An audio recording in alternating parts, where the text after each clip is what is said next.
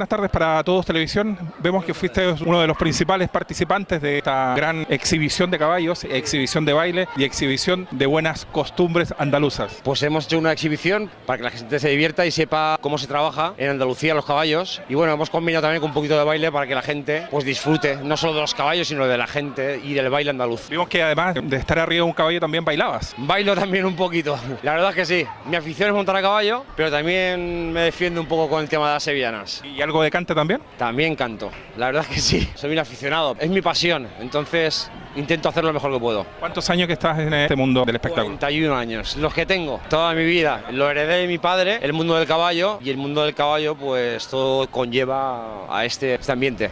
Pues les invito a que no se pierdan una de las ferias andaluzas más bonitas que hay. Lo esperamos. Muchas gracias por todo.